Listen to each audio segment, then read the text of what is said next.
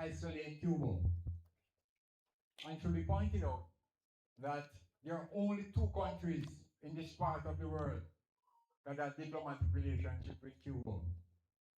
And these were Mexico and Canada. Further, they standing up and defending Cuba in a time when our countries are not in the position that they are now was very significant. And one of the things that struck me most was during the fight to against the despicable apartheid regime, when Jamaica was bribed by Henry Kissinger with the argument that if you prevent Fidel from flying across Jamaica, then there will be loads of money for you to help in your budget. That time was part of the timing of the war against Cuba. Michael Manley didn't do it, and no money came because Jamaica stood with Cuba. So it's a difficult decision. As I've been speaking with my Cuban comrades and other Jamaicans, for us to say, here in Jamaica, after a 50-year agreement, we are at this stage now when our Cuban brothers and sisters, who over the period that they are here, there are 90,000 lives, 25,000 persons at their site restored. We are saying that they need to go for reasons that are best known to the people who announce it. As time is against us, I would ask for the first speaker, which is Brother Wesley Harris, who is a graduate of Cuba. Is Wesley here?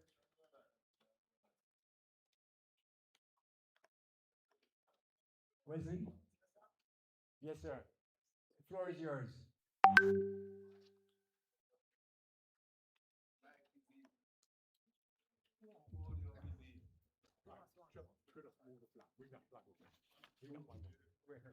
Bring that one over there.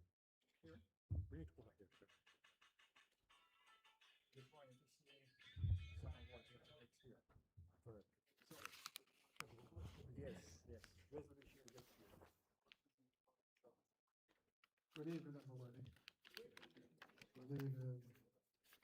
I just glad that I'm here this evening to share my experience about Cuba.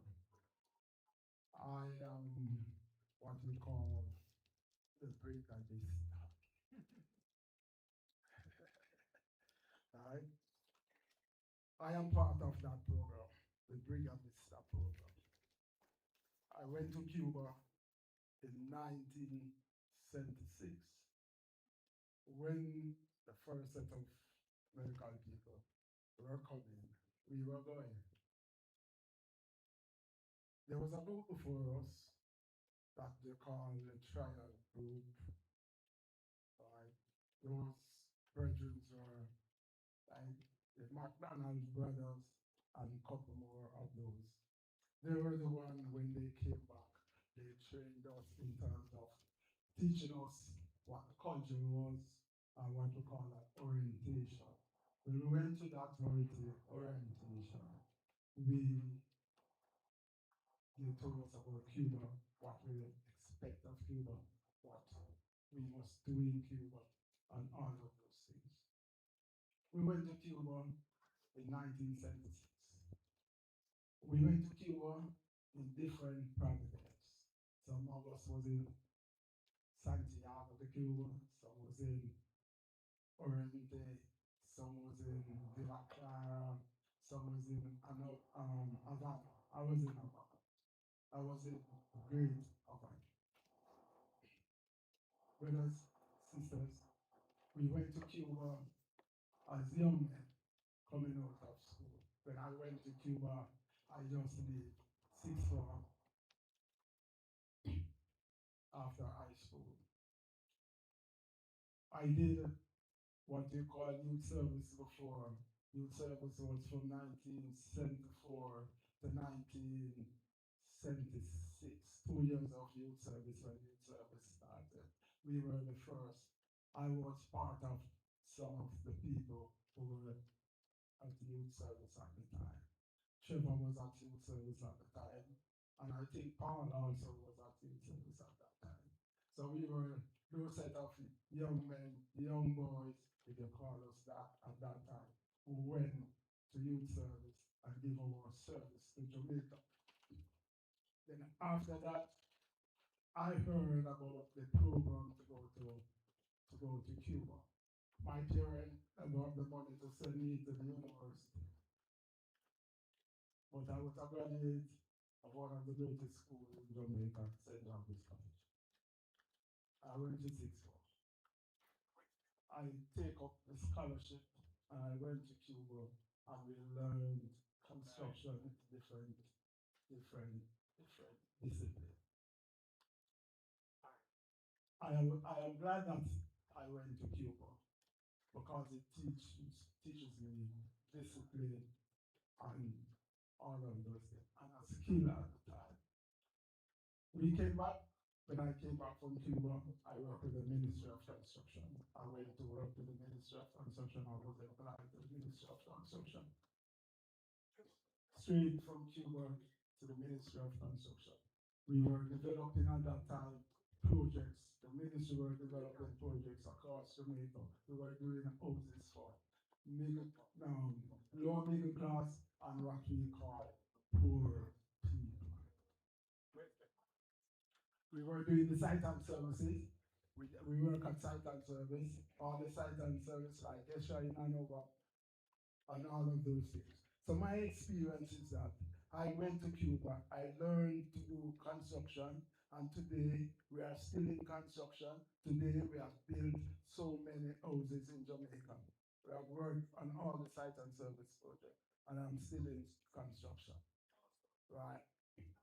So we were trained to do something for the country. Yes.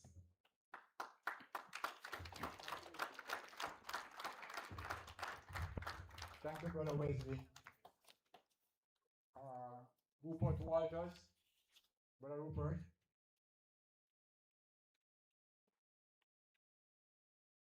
Rupert is the chairman of the St. Catherine chapter of the Jamaica-Cuba Friendship Association.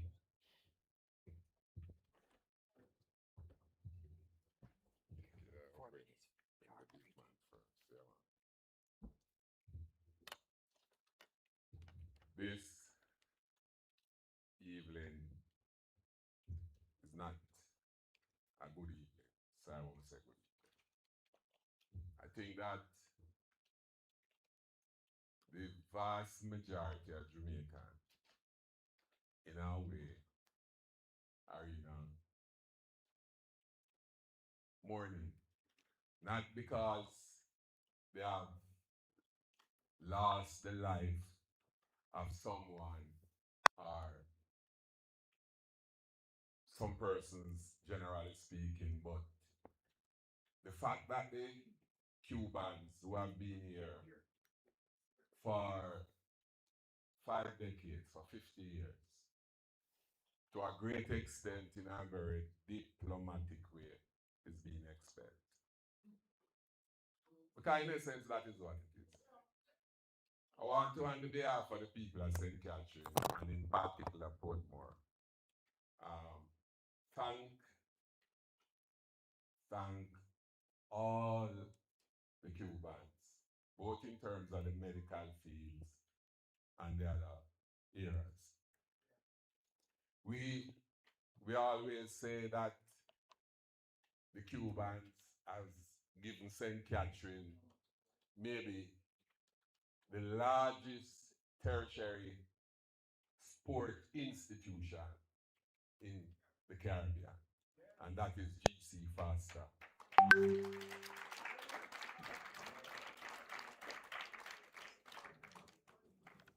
Kusemati is one of the best technical school in Jamaica because it's a combination of academics and technical, right? And it's one of the best technical schools. And we thank the Cubans for the several macadams and, um, you know, all the things that were given to us in the parish of St. Catherine. I want to say to you and to use the word of a famous Prime Minister of Jamaica that you will be back. Maybe not physically, you as I'm looking at you now, but certainly this program, without doubt, will resume. So you will be back.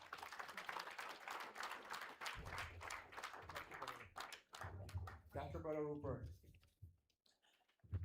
We now have Brother Paul Burke, Director of the Friends of Cuba, who will outline one of the central points of our meeting this evening, which is the solar energy project. Paul. Good afternoon, everybody. So, we are not 100% ready, but we have to start. And I want to first start to thank the PNP parliamentarians who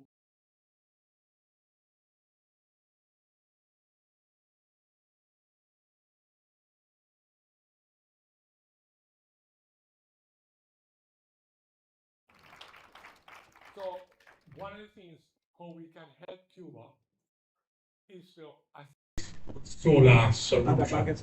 No. And we are working through with ECAP to find the best way. We won't be ordering directly to tell them what they need. We don't even need more batteries, more panels. We were mobilizing funds to send to the providers so that the providers can take the instructions from the Cubans as to what is required. Many Jamaicans wanted to buy solar panels in Jamaica to send. That is a challenge. It is close to $7,000 to $8,000 to send a container to Cuba. So what are we doing? If you look at the back page of your program, we are saying to organizations, start to mobilize your funds. Start your own campaigns so that you have your funds mobilized. 2, members of the Cuba Friendship Association, Friends of Cuba, an account will be placed on that WhatsApp platform and for Friends of Cuba, where you can give your contributions. Members of the People's National Party, Region 3, you are using your own account. Now, there are individuals overseas who have reached out to me. They want to be very cautious. So we have set up a platform without the name Cuba in it for them to make their contributions. And there's a number there for additional information. So let me tell you how we are working the project. The ECAP has put 2 solidarity groups, one in Mexico, who are providing solar solutions in Cuba. There's also one in Panama, who is also providing solar solutions to Cuba. They have said to us, hold your money. Just mobilize and hold. It's an ongoing program. So we also have a Jamaican situation through Michael Ennis. Some of you may just have known Michael Ennis. He organized a walk of gratitude on Tuesday. He's also involved with a company in China that can sell it. Doesn't have to be a container, can be pallets. But we want to buy what the Cubans really need and to go to school. We have a governance committee to make sure that all contributions are acknowledged. So the members of the Governance and Accountability Committee are Mr. Roland Davila Gallardo, he's from the Cuban Embassy. Dr. Lorenzo Gordon, a past president of the Jamaica-Cuba Friendship Association, Mr. Trevor Brown, also a past president, Dr. Arlene Blake, General Secretary, and we'll get a representative from ECAP. We want to acknowledge all contributions. So we have started off already on behalf of the Jamaica-Cuba Friendship Association. Dr. Pat Chambers has contributed $1,000, and she did that the same night of the meeting.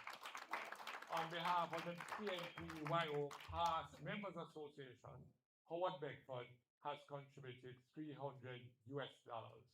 And we will be taking whatever collections you have tonight and giving you receipts after the meeting, and they will be formally acknowledged. If you need more information as we build out the campaign and we're reaching out to several organizations, we will be explaining the platforms on which you can contribute. Thank you very much.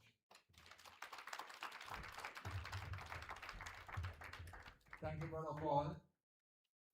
And there's a slight change in the program where at the top of the endorsement section you have Mr. Osvaldo Cardenas. But because our brother Neville Graham has another engagement that he has to deal with, we are shifting around from Osvaldo to Neville to free him up so that he can go on his and to fulfill that commitment. Brother Neville?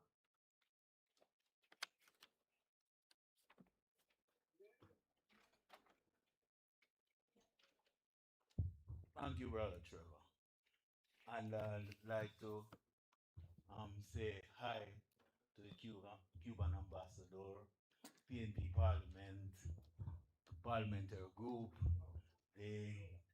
my colleagues who are Cubans who are giving so much to the Jamaican people, and I'm also a recipient not only of the training in Cuba, because I am one of the students, the medical students that started in 1978 and I finished in 1984. So I was trained by the Cuban medical training program from the University of Havana, and therefore it is so important that I really express such gratitude to the Cuban people. And I am also a recipient of the intervention of the Cuban doctors, both here in Jamaica. I had my cataracts done at St. Joseph's Hospital, and so I wanted to say thank you, thank you, thank you.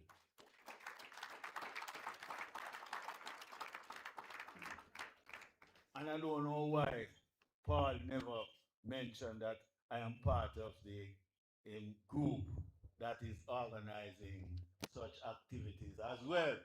So I want to really say that for myself.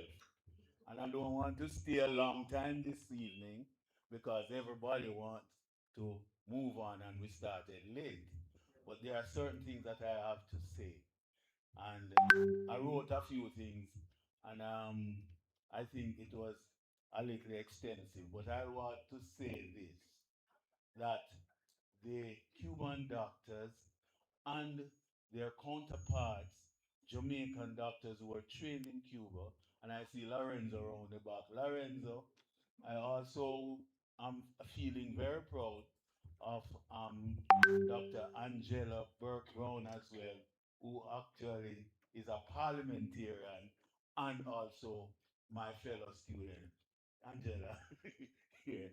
But I want to make this clear that the Cuban Revolution really is the motor and the essence of the Cuban people to have such an excellent education.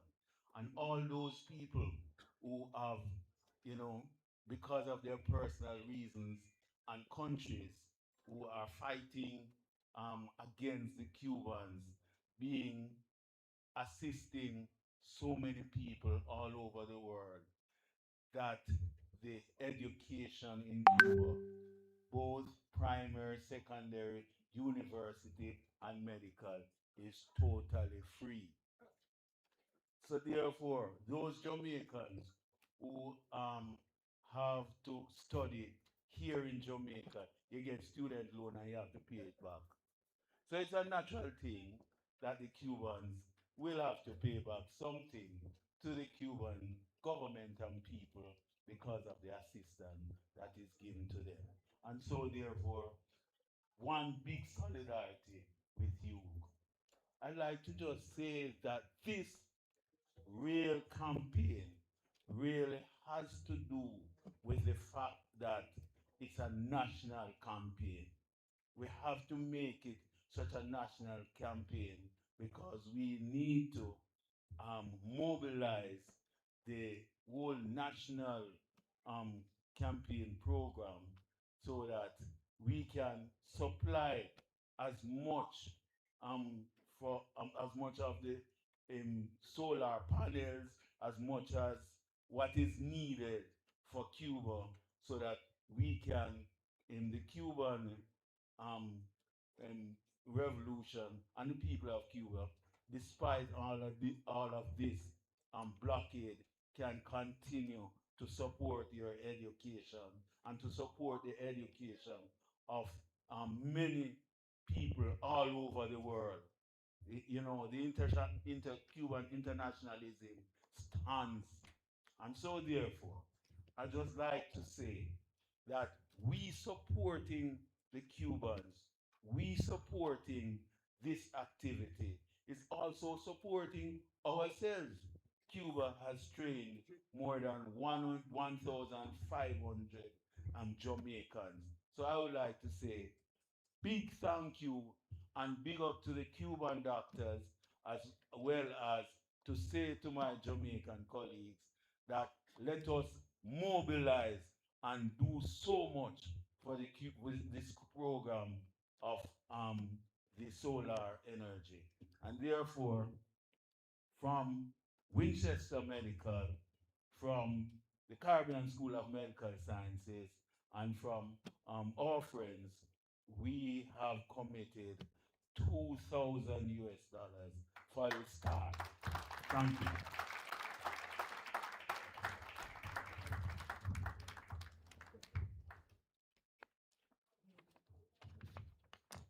Thank you, Compañero Neville. Mr. Brother Osvaldo, your time to take the mic, please.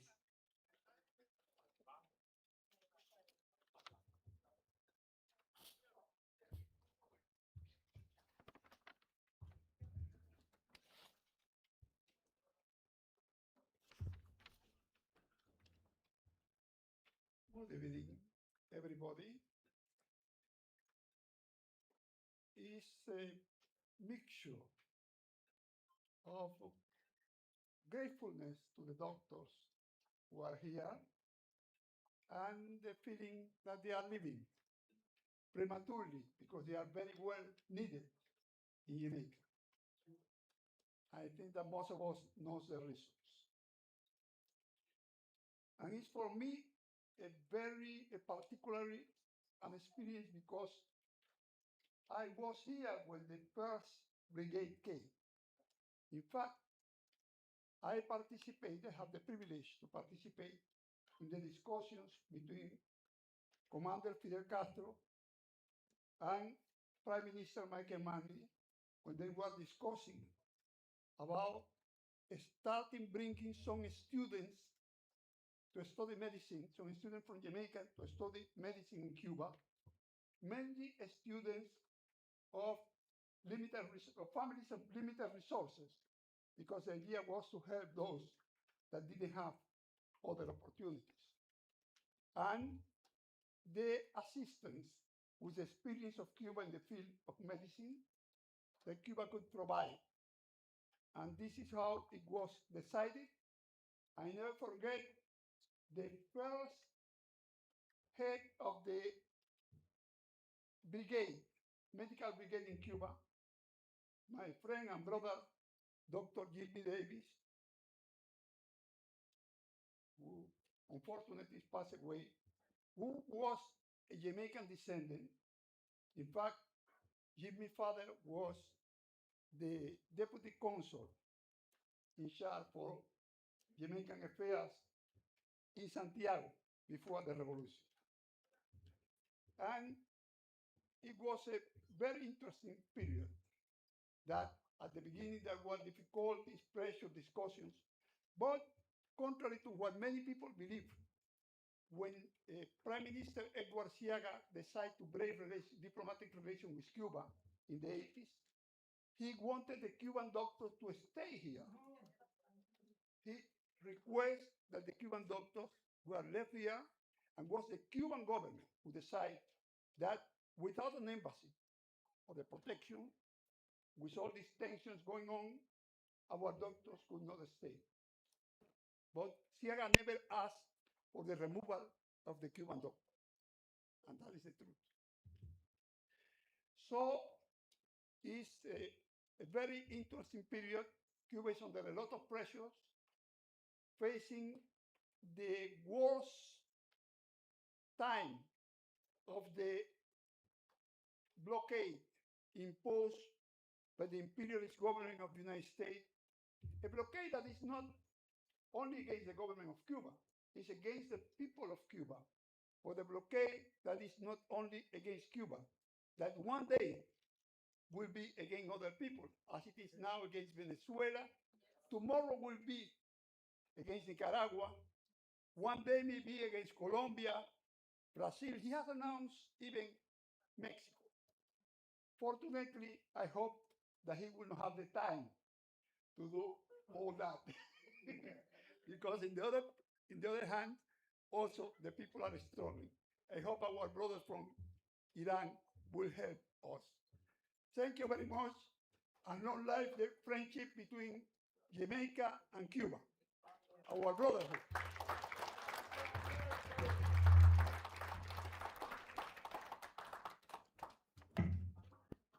Thank you, Brother Osvaldo.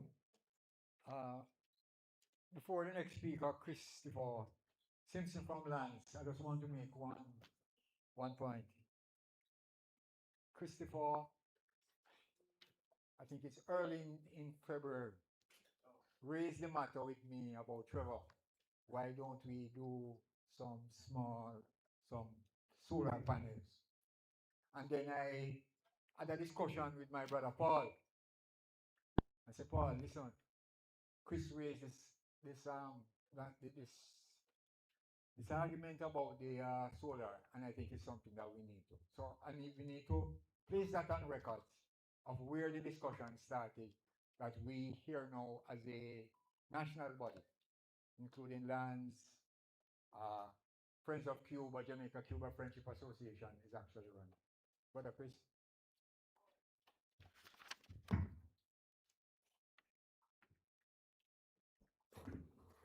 Thank you. Greetings. Everybody who turned up today, thanks very much for showing up for different reasons. Uh, Time's really rough right now in the international situation. The year started with strong attacks against any country that has been resisting US imperialism for some time. We were warned already that what we witnessed in Gaza was just a testing ground. It would be expanded to the rest of the world. They did an attack on Venezuela, and they're waging war against Iran right now.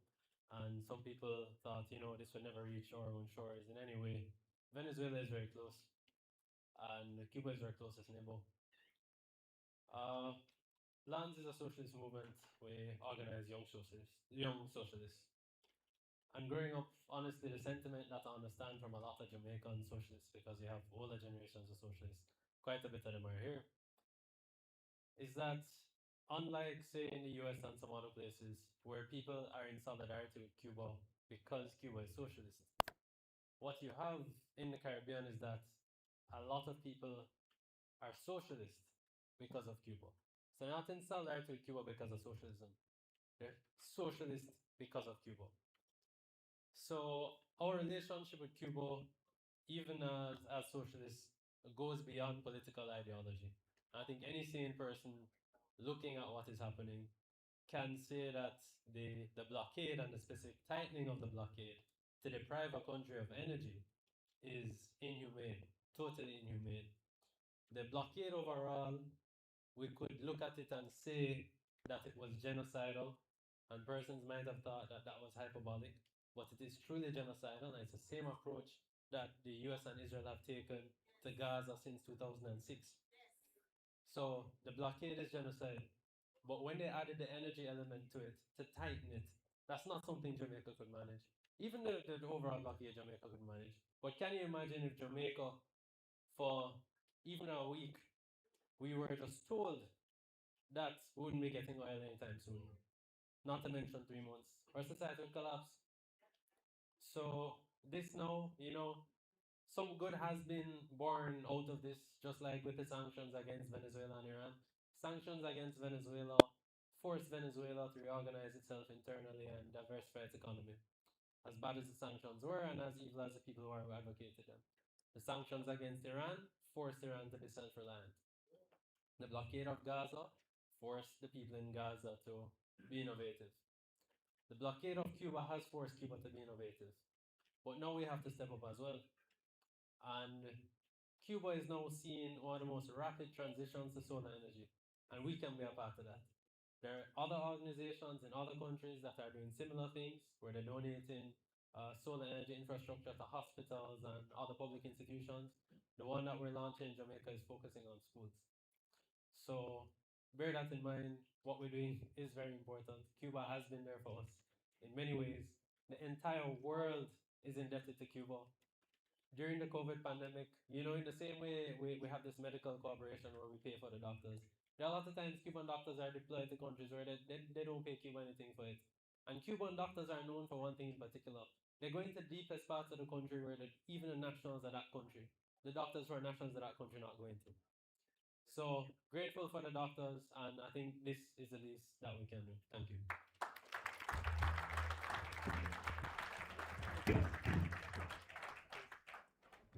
Thank you, Chris.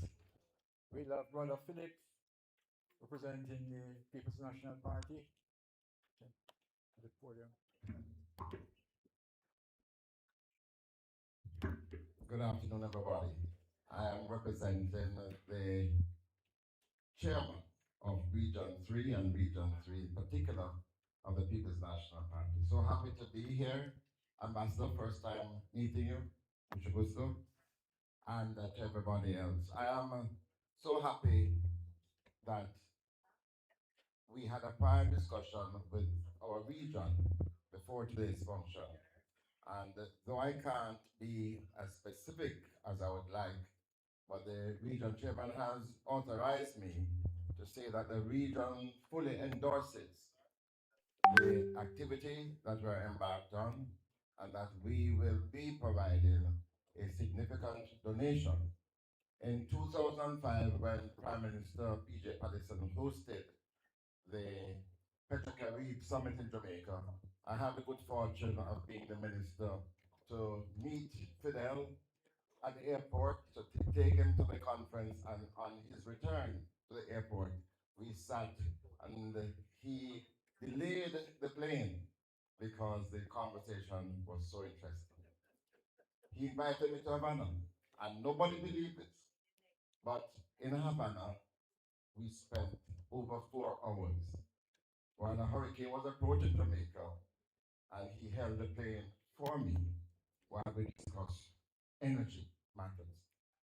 Out of that discussion came a very revolutionary program that benefited Jamaica, and despite some of the controversies, we've never had a more significant demand management project for energy than the Cuban Light Bulb program.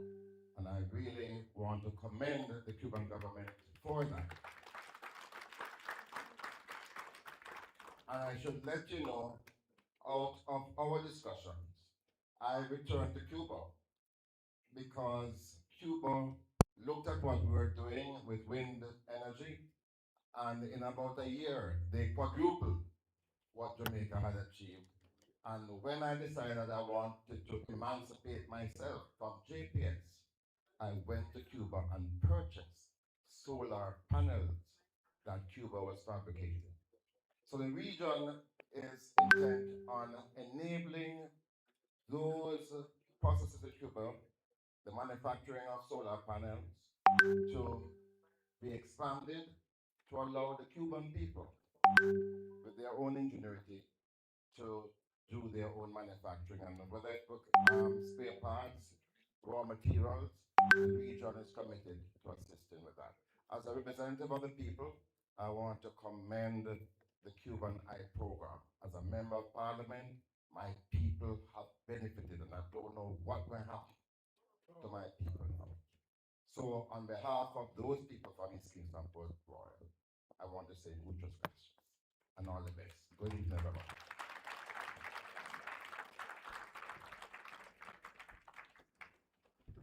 Thank you, Brother Philip. Before I hand over to part two to Dr. Arlene Blake, who is also a graduate of Cuba, just want to make two comments. The first is I was in a session last week, and what was pointed out is that Cuba has more medical personnel across the world than PAHO, which is the Pan American Health Organization, the WHO, and the G7 group. The G7 now is the most developed countries that you have in the world. The America, England, France, Germany, all of those.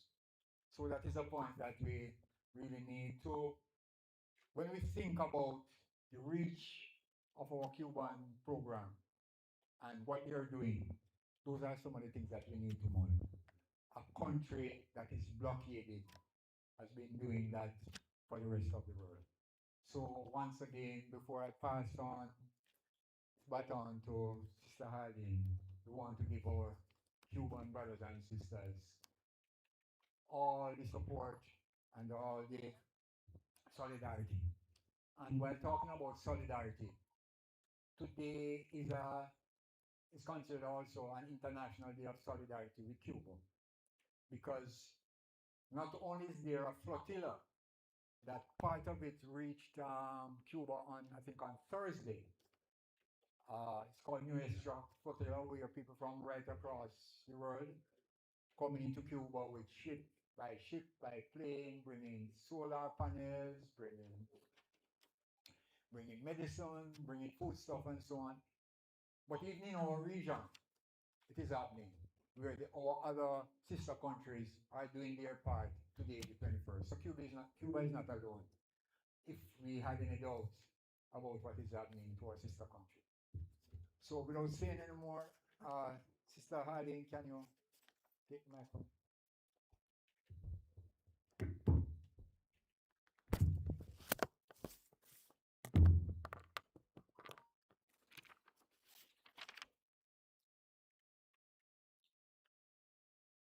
A people without knowledge of their past history, origin, and culture is like a tree without roots.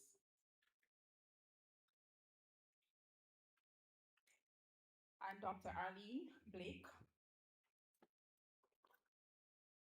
and I've served Jamaica for 20 years in that capacity. I'm a gracious and appreciative graduate of Cuban medical education. Having said that, and having quoted the words of our national hero, Marcus Garvey, I wish for you to bear that in mind as I invite you to pay very keen attention to the pearls that Dr.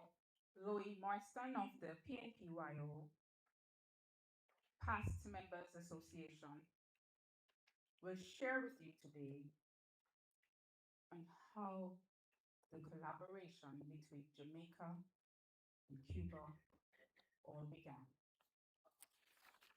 I repeat, as Dr. Marston makes his way to the podium,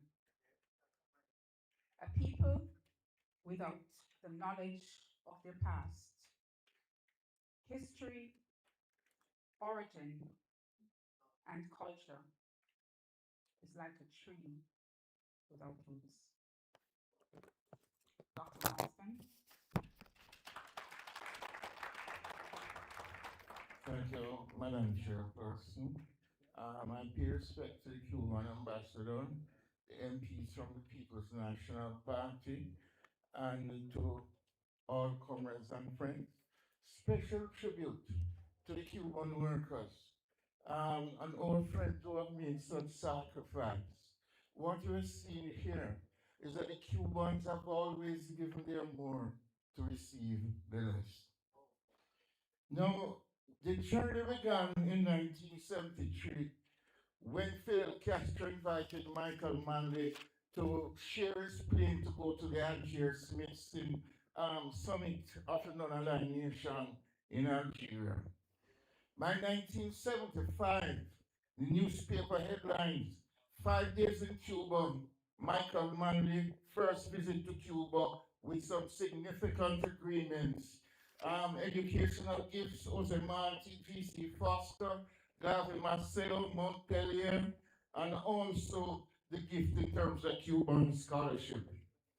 And by 2025, according to the Cuban ambassador then, there were over 7,000 students in various medical disciplines that were trained in Cuba.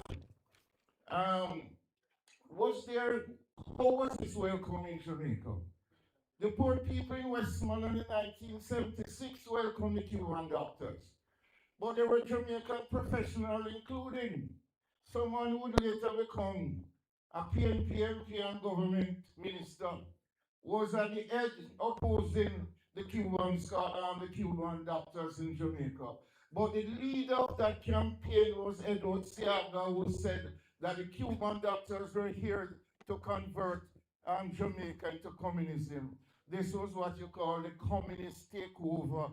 The same propaganda that was run in 1962 regarding Russian ships in the harbor. Now, the external opposition began from 2001 to 2009. George W. Bush project to free Cuba, and that project failed, and it was resurrected in 2025 by the Trump administration with little Marco Rubio at the 50th CARICOM summit in the West Indies. And what we see is a return to this whole thing of speak softly and carry a big stick. One country in particular was asked not to send students to Cuba. Comrades, what we're seeing now is part of a worldwide privatization. Good. The IMF and World Bank are saying, don't bother with these programs. Privatize these programs, health and education, so the American dollars can stay alive. It is very important also that we give some defense to Michael Manley in all of this. Good. He was the one who started this. And we listen every day to some little political neophytes who are trying to draw his name in the dirt. One love, comrade. And we say to the Cubans, we, the people of Jamaica, we will always be with you. Thank you for your services.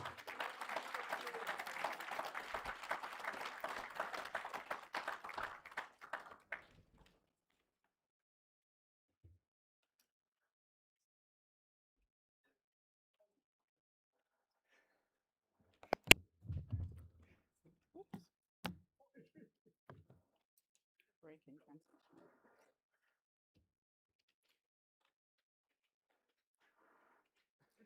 It is not the critic. It is not the critic who counts, not the man who points out how the strong man stumbles, or where the doer of deeds could have done them better. The credit belongs to the man who is actually in the arena, whose face is marred by dust and sweat and blood, who strives valiantly, who errs, who comes short again and again, who spends himself in a worldly cause, who at the best knows in the end the triumph of high achievement. And who, at the worst, if he fails, at least fails while daring greatly, so that his place shall never be with those cold and timid souls who neither know victory nor defeat. This quote is by Theodore Roosevelt.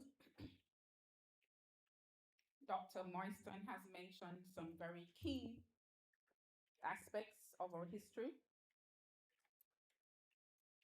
And as the quote of, as Theodore Roosevelt said, we must not be timid and timid souls will neither know victory nor defeat. Let us not sit in silence. Let us not be complicit. Let us not be afraid. For if we are, what awaits us when the time is too late and we're in that space, we will say, why didn't I do something? I encourage everyone in this room today to be inspired. You have children, teach them. You may be shocked there may come a time where certain books will not be available for use anymore. It has begun in other spaces. We are aware of this, are we not? It can return.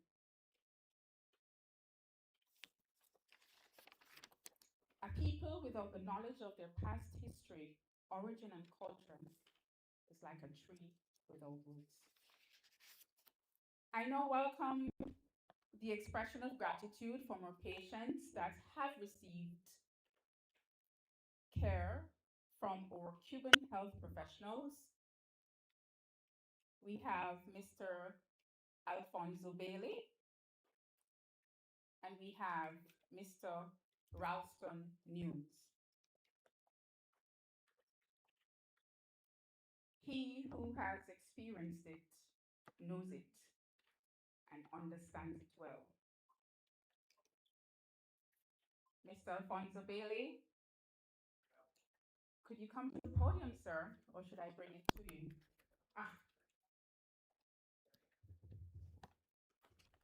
Good evening. Good afternoon. How do you do? There's so much to say. Yeah, there are so much to say, you know. First, I want to thank all the Cuban that been here over the past year and make all the sacrifice for us as Jamaican to feel better and see better. Some time ago, I see some things flying before my eyes, and I asked my doctor, Dr. Dane Levy, if he could give me a referral to see the Cuban doctor, and he didn't hesitate. He written it and gave me, and I go by arm. No, not St. Andrew. Up by Legony. Yeah. And make an appointment, and they said me I was him. Next door was to do a blood test and then come back. I was being put off for like the next week. But Mr. Rupert Walters were there, and he spoke with the doctor, and they shortened my appointment. So that said week I could go and do surgery on my eye for cataract, one of my eye. And then a couple of months after, I do the next eye. And I'm able to read without my glasses. And sometimes I read with it. God bless the Cuban. God bless the Cuban. Long live Fidel Castro. Long live Michael Manley. May their spirit rest in peace. And they're not going to deter me from being with the Cuban. the Cuban. I have them in my heart, just like how I have my relative and my good friend like Mr. Rupert Walters and Mr. Keith Atkinson, Mr. Paul Burke, Mr. Philip Paulwell. Thanks. Thank you.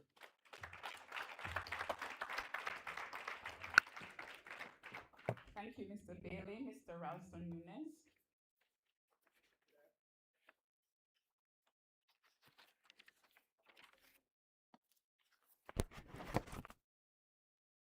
Oh, Mr. Ralston Nunes cannot raise us today.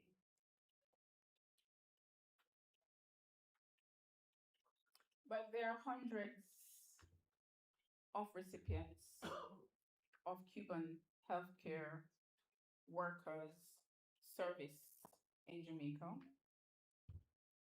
And oftentimes we are at these events and we wonder, why is it they can't make it? You see, because the Cubans, the healthcare professionals, they provide service in the very far remote places in Jamaica, many places where many people would not dare venture. And so the people from these areas are usually socioeconomically challenged, some of them. And as such, though within their hearts, they would love to tell their stories, sometimes a lot of them are unable to make it here. I've met them. I've seen their smiles. I've seen their smiles. Dr.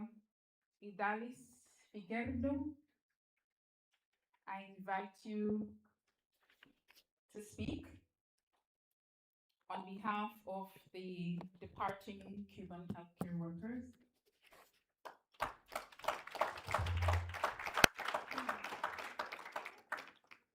Dear Ambassador of Cuba to Jamaica, Tania Lopez Larroque, members of the Solidarity Movement and friends of Cuba, guests. Today, we raise our voices with profound gratitude and respect for each and every one of you. On behalf of the Cuban medical collaborators, we wish to express our most sincere thanks for the warmth, solidarity, and affection with which you have welcomed us for the past 50 years, since the medical collaboration first began, led by our Commander-in-Chief, Fidel, in 1976. We came to this land not only with a commitment to serve, also with a desire to learn and share. And along the way, we have found in Jamaica much more than a workplace. We have found a home filled with humanity, dignity, and hope. We are grateful for the trust placed in us, the constant support of the communities, and the kind smile of each patient that inspires us to keep going. Every act of kindness, every word of encouragement, and every expression of respect has strengthened our spirit and reaffirmed our commitment to service. We share a common purpose to care for life, alleviate suffering, and solve well-being.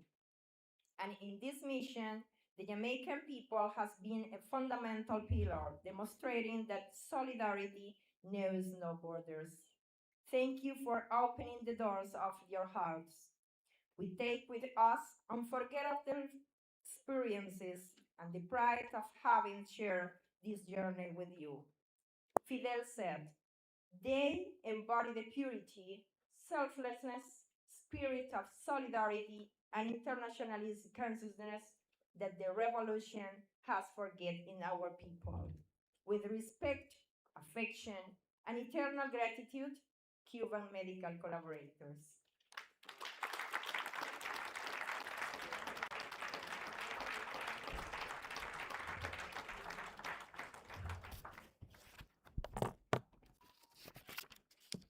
Thank you, Dr. Idalis Figueredo. Es seguro que después de tanto tiempo que esa gente ha quedado en Jamaica, algunos jamaicanos deben saber un poco de español. So after Cubans have spent so much time in Jamaica with us, there have to be some Jamaicans who've received care who know a little bit of Spanish. They're our neighbors, right? Muchísimas gracias, doctor. Y al equipo cubano que han servido a nosotros para 50 años. That's half a century. Thank you to the Cuban healthcare workers that have served Jamaica for half a century. That's a long time.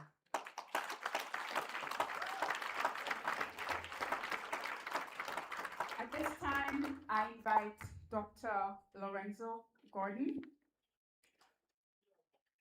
Dr. Gordon has been serving Jamaica for more than 2 decades as a physician. And I invite Dr. Gordon to,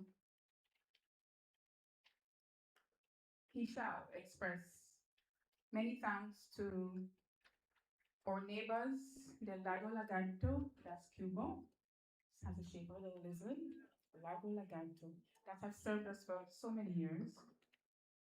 Dr. Gordon serves Jamaica in the major, probably only major, largest trauma hospital in the Caribbean, that's the Kingston Public Hospital. We welcome Dr. Gordon to the podium.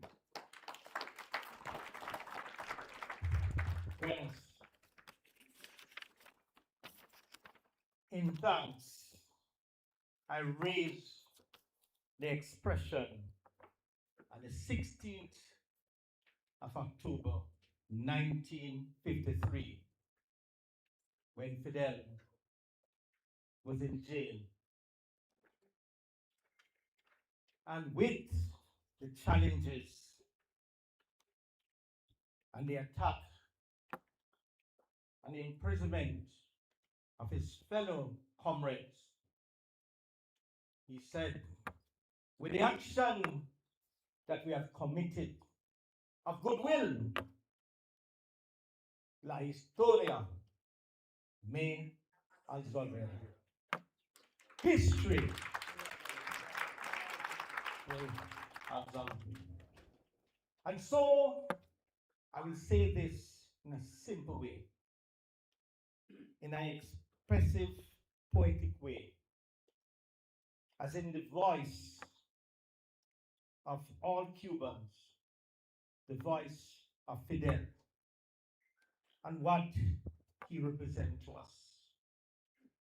And I say across the board, in 1976,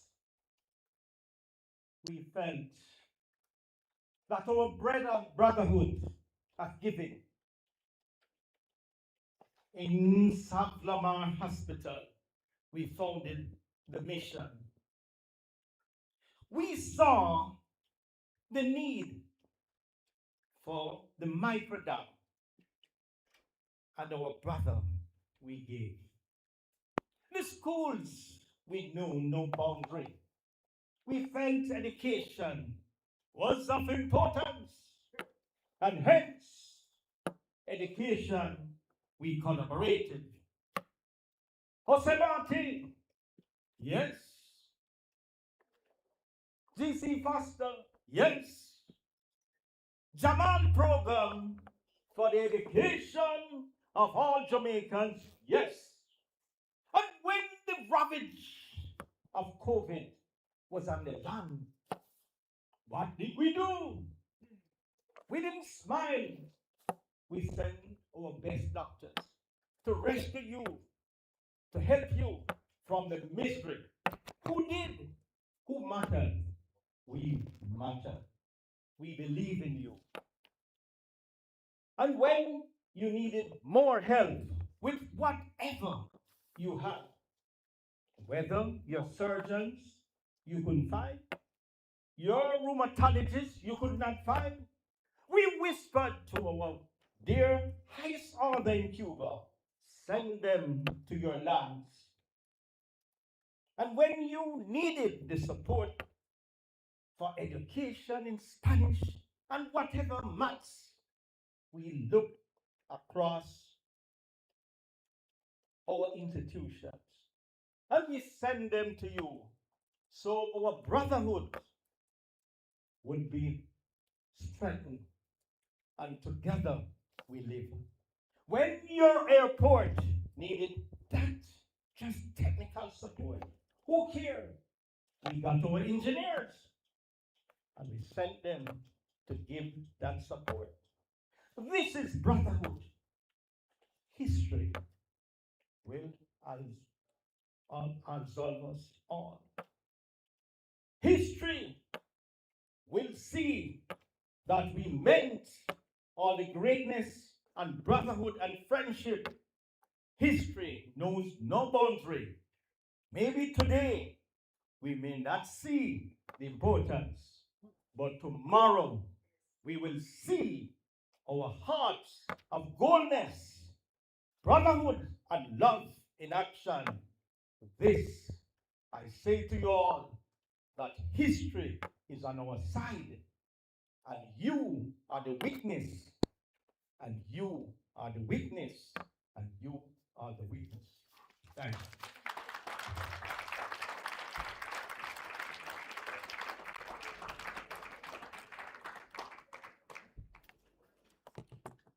Thank you, Dr. Gordon.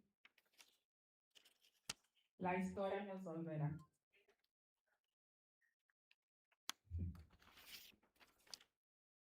As a student, I heard many speeches del comandante en jefe, Fidel Castro Ruiz. And there were many things that he said. And I'm living today, and I'm seeing it happening. Many who never heard his speeches would be surprised. I'm not, because he spoke of it. Thank you, Dr. Gordon. I bring apologies from Dr. Pat Chambers, who is unfortunately very tied up today. She was supposed to send an audio for us to give us a little bit more depth and history on the collaboration for the last half a century with the Cubans. And so, at this time, I'll begin by saying, en español, despedí a Jamaica en 1998. I left Jamaica the 2nd of September 1998. Aterricé en Cuba y ahí encontré un pueblo cariñoso, un pueblo culto, un pueblo de educación de alto nivel de un 99% de la población. In Cuba, I met when I landed there a people that were very warm. That warmth they brought to us. A people who were very cultured. A people with education to the highest level in 99% of their population. I want you to understand what that means. Eso me impresionó. That impressed me. Me adopté como familia. They adopted me as family while I was there. And so Cuba has given to us, lent us for half a century. There are people who are trained to highest level. Y los médicos cubanos y enfermeras han servido a Jamaica en los rincones remotos de Jamaica, en las arteriales de la carretera que es tan mala. Ellos están allí, sirviendo a nuestros pobres en todos los parroquias de Jamaica, Clarendon, Montego Bay, St. Elizabeth. What I'm trying to say here, and I'll tell you in English, is that the Cuban doctors, nurses, and healthcare professionals have served Jamaica in remote parts of our country, and even the metropolitan area. The roadways, are not as great, but they've served us, and they've served the people who cannot get to our main hospitals for care. They've served with love, and they've served at the very highest level. Hay que ver la sonrisa del pueblo jamaicano. You have to see the smile on the faces of the Jamaicans having received that care. Hay que ver la sonrisa cuando se le da la luz. You have to see their smiles after they see the light. Estoy hablando de la Operación Milagro. I'm speaking about the miracle operation Cuban Eye Care program. But that's not the only program. Los cubanos estaban sirviendo a Jamaica en los policlínicos, en los clínicos. Y estoy hablando de todo el parroquio. I'm talking about Jamaica. The Cuban healthcare workers are in every single parish in this country, in the very remote areas of this country. And those who are there no miss them. Despedí a Jamaica en 1998. I said goodbye to Jamaica in 1998 when I went to Cuba to study. And now,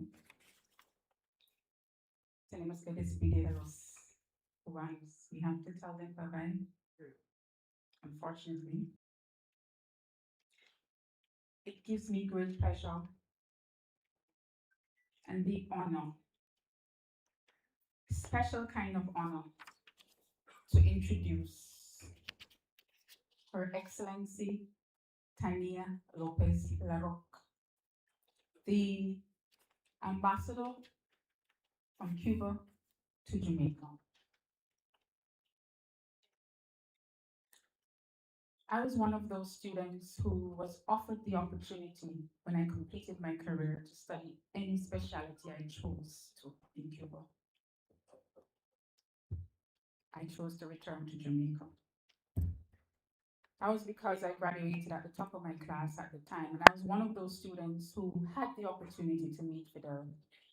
But unfortunately, that year, he became ill, and he was not able to attend your graduation. So it gives me great pleasure to welcome the ambassador from Cuba to Jamaica. We still have a relationship which we must maintain with our neighbor.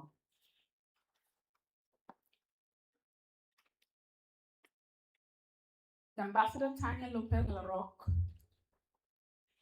has a bachelor's degree in English language from the University of Havana.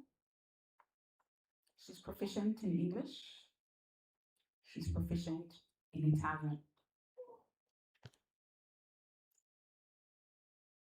She has several postgraduate courses and experience in international relations. She has experience in the foreign services and has completed foreign services diploma program. Ambassador Larroque is a translator, an interpreter for the Ministry of Foreign Affairs. And she served in that role between 2000 to 2001 in her country. Between 2001 and 2005, she was the attaché in charge of Consular Affairs Cuban Embassy to Mexico. In 2005 to 2009, she was a desk officer at the Division of Consular Affairs and Cuban Residents Abroad of the Ministry of Foreign Affairs. Then she later served as the first secretary, head of the consular office at the Cuban Embassy in Buenos Aires, Argentina. She later served in the desk office at the Division of Consular Affairs and Cuban Residents Abroad at the Ministry of Foreign Affairs in Cuba. She also served as Consul General of Cuba in Toronto, Canada. Ambassador Larroque represents a great nation, and she represents the leadership in Jamaica, a token of Cuba, that will remain with us as the masses leave, those who have served us, regrettably so. Ambassador LaRoque, I invite you to grace us as our guest speaker today.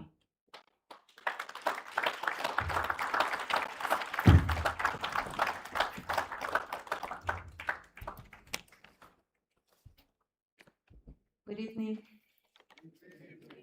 dear friends, and I will not mention other distinctions because friends is the broadest way to describe those who are with us tonight. First, I would like to thank sisters and brothers from Friends of Cuba, the Jamaica-Cuba Friendship Association, and PNP for organizing and co-sponsoring this event. Your presence here is a sign of the unconditional love and respect for Cuba, demonstrating that you are not indifferent to the pain and hardship affecting our people due to the intensification of the United States genocidal blockade policy. Fellowship that unites our peoples transcend history and physical borders of these two islands that are joined by the Caribbean Sea. Brothers and sisters, since 1960s, the blockade has sought only to stifle the Cuban people in an inhumane and cruel manner. The most recent sanctions are brutally aggressive. For more than 3 months, Cuba has received no fuel or oil-related products. Schools and universities have had to restructure their classes, implementing measures to mitigate the impact on teaching and learning processes for our children and youth. Emergency rooms, intensive care units, neonatal services, and maternal and child care program, among other services, face the challenge of ensuring patient follow-up and their care. But the response has not been paralysis. Instead, it has been a strategic organization based on resilience and the optimization of resources. The blockade is genocide. Throughout history, no empire has ever inflicted such barbarity on a people for so long, with the sole purpose to punish the noble, cultured, structured, joyful, and courageous island that is determined to preserve its independence and sovereignty. However, Cuba is not alone. We have also the support of the Jamaican people.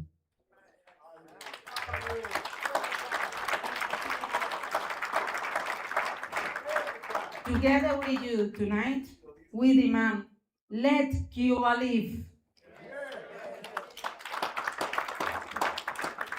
As you mentioned before, March 21st has been declared International Day of Solidarity with Cuba, marking the arrival of the Nuestra America Solidarity Support Convoy, which brings together hundreds of people from more than 30 countries determined to bring aid to Cuba, defying all threats.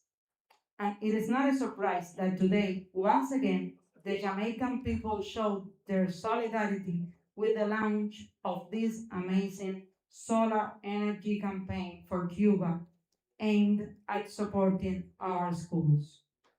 This noble and invaluable gesture will be deeply appreciated and eternally remembered by Cuba. The concern of the Jamaican people for our country reaffirms that fair causes transcend political systems, that where some build walls, others open doors and extend hands to share what is most sacred, friendship. This campaign stands up against blockade and shows that no barrier can prevent two sister nations from moving forward together towards a better future. On behalf of the Cuban people, please accept our deepest gratitude for this heartfelt gesture. Brothers and sisters, today we are also gathered to share the hug of appreciation to the Cuban Medical Brigade, who continued the path begun 50 years ago and became one with the Jamaican people, offering love and health care. Likewise, our comrades found in this land affection and respect. They were welcomed as family. The Medical Brigade stood by the Jamaican people during the darkest hours. During COVID pandemic, they faced the front lines in hospitals with total devotion. During and after Hurricane Melissa, they were there, never abandoning their posts or their duty. They stood alongside their Jamaican colleagues, saving lives, bringing back smiles without regard for the long hours or the exhaustion.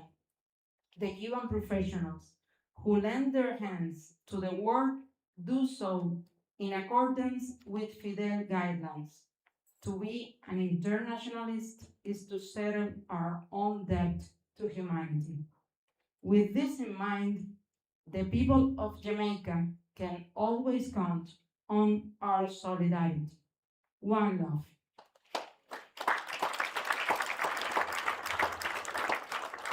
Soon, this battalion of the great army of White Coast will return to homeland to reunite with their families, friends, neighbors, and they will do so with the gratification of having helped the Jamaican people.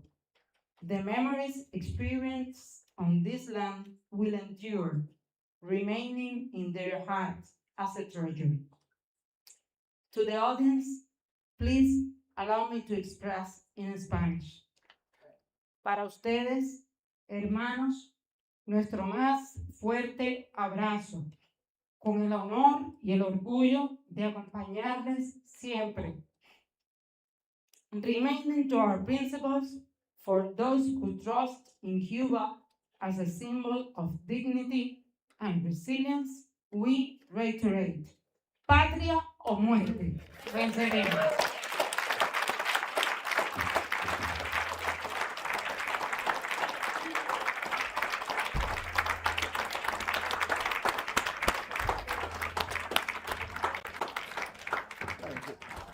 I would like us to take a 1 minute to give something to the Medical Brigade. We would like to avail ourselves of this opportunity. No place better than this, with all of you together to express our recognition from the embassy to the Medical Brigade.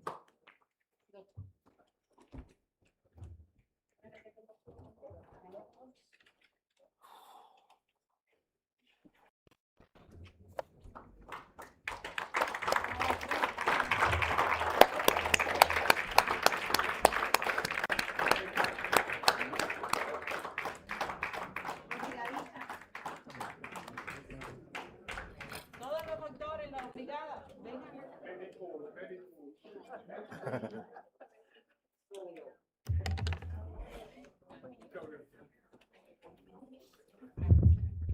Don't move them. What about this one? No. Okay, move. Because, no.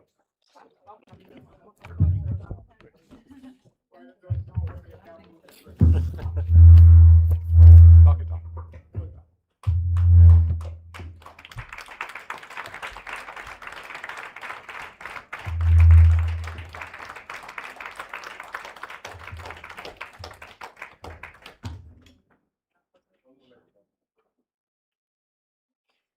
we'll wait for you.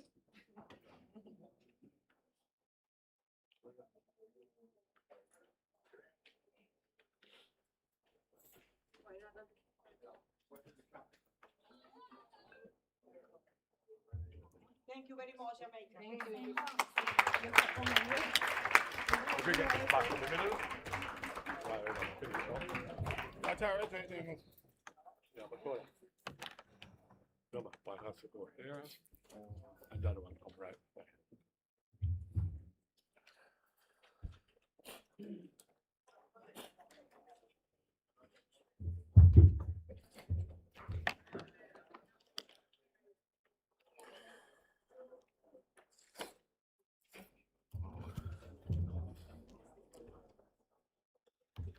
Ladies and gentlemen, buenas compañeros y compañeras. Buenas compañeros y compañeras. Ladies and gentlemen, as the president of the Jamaica-Cuba Friendship Association and a graduate of Cuba in civil engineering, I'm not a doctor, I want to take this opportunity to thank you all for attending this function, especially the following individuals and groups for making this launch a success. Her Excellency Tanya Lopez Laroque, Mr. Philip Powell, Member of Parliament, the PMP parliamentarians, sir, madam, Brother Wesley Harris, Rupert Walters, Brother Trevor Brown, Dr. Neville Graham, Dr. Lorenzo Gordon, Dr. Arlene McKean, Friends of Cuba, Paul Burke, PMP Region 3 members, Lasco Distribution Limited, Caribbean School of Medical Sciences, Portmore Hospital Complex, Christoph Simpson from Lands, as well as the brothers and sisters from Lands, Winchester Medical, Brother Oswald Cardenas, Dr. Louis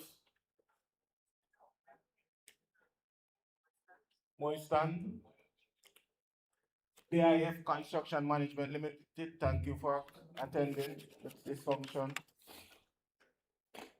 I'm very emotional, sorry. You did a good speech. I really felt emotional. Alfonso Bailey and Dr. Dalis Figueroa, gracias por venir a esta actividad. Y like Ambassador said, Viva Cuba Libre, Viva la Revolución, long live Cuba. Thank you.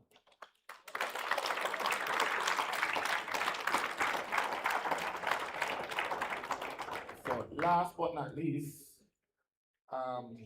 LASCO provide us with donations, which we form care packages for the Cuban healthcare workers, which is at the embassy and will be distributed to you all. Thank you. Thank you.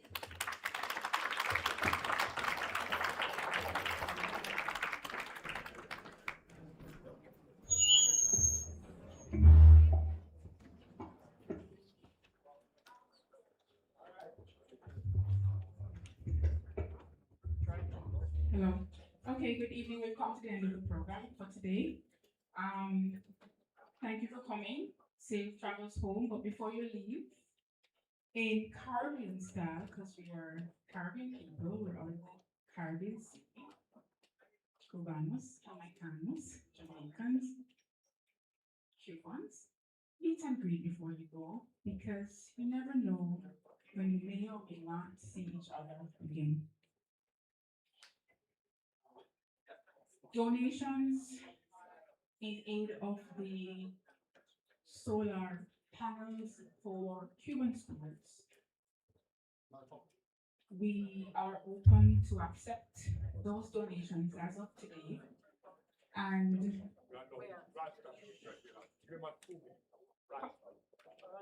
oh, Mr. Nunes is here.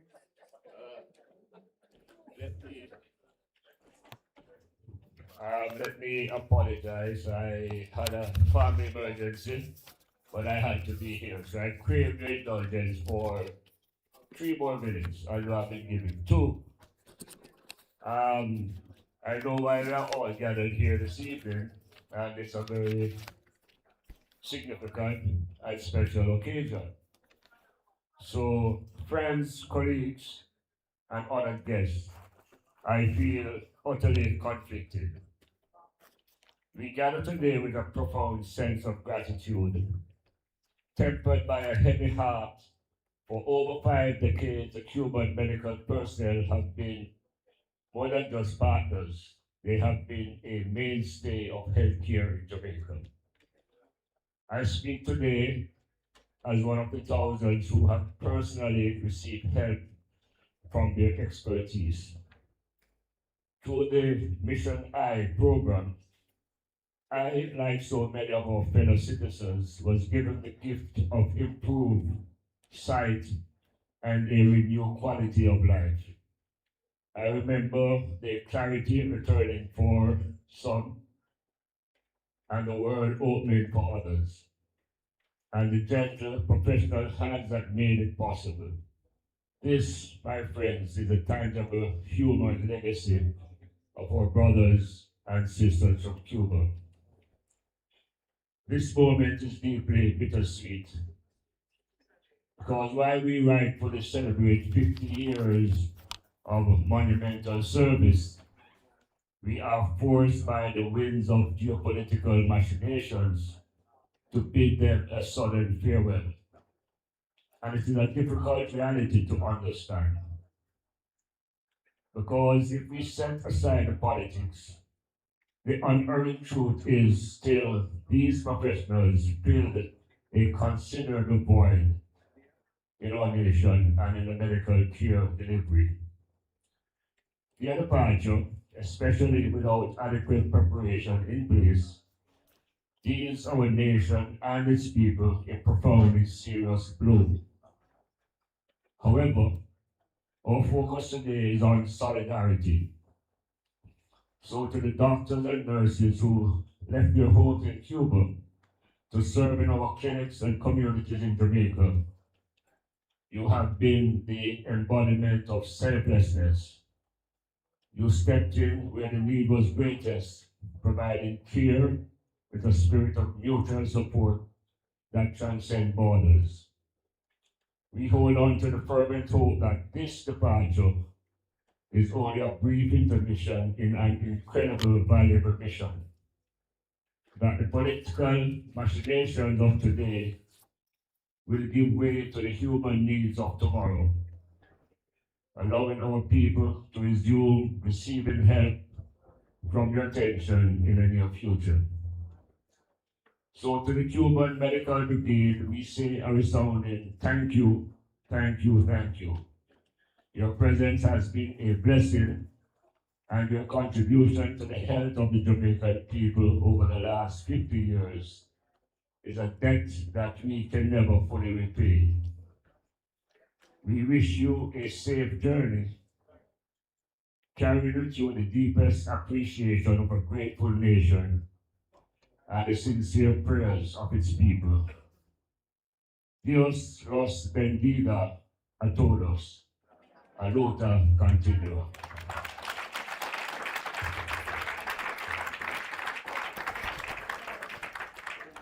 Thank you, Mr. Nunes. Thank you, Mr. Nunes. So as we end, we come to what appears as if it's an abrupt end, just as abrupt as the announcement for the end of half a century of camaraderie. But this action that I'm about to announce is the beginning of a catalytic process that can change much. And I want us to look at it this way. We must have action. So, for those who can donate, every mickle makes a muckle. Donations in aid of the solar panels for Cuban schools. We are open to accept donations. That's through the Jamaica Cuba Friendship Association, through the Friends of Cuba. And you can call, take your pens out and make a note or record it. 876-815-6666. 876-815-6666. It's like calling Call Ganco. 876-815-6666. That's our comrade Mr. Paul Burke, and donations can be made through that means. The other location is at the Natal Hospital. Natal Hospital, Dr. Lorenzo Gordon, and you go to the general office and you ask for Roxanne Wedderburn. So I repeat, the Natal Hospital, which is located quite centrally, close to Crossroads, close to everywhere really, through Dr. Lorenzo Gordon, and you ask for Ms. Roxanne Wedderburn in the general office, and donations can be made. But do not forget, 876-815-6666 for donations to the program. We just received this from Lorenzo, Portmore Hospital Complex, a total of $50,000. Okay, so we acknowledge the donation of $50,000 from the Portmore Hospital Complex in aid of the Cuban solar panels for schools. Okay. So, thank you all for coming. Don't forget to meet and greet. Say hello. It's not bye-bye, it's hasta luego. It's not over. Do not remain silent. To be silent means you're complicit. Remember what I've said. It has only just begun, and we cannot allow those who wish to oppress us to oppress us. Your neighbor's house is on fire. Good night, everyone. Who's willing to make donations now? They can email. Donate at the back, Mr. Schloss or Cherry. The receipt book is right there. You receive your receipt right now.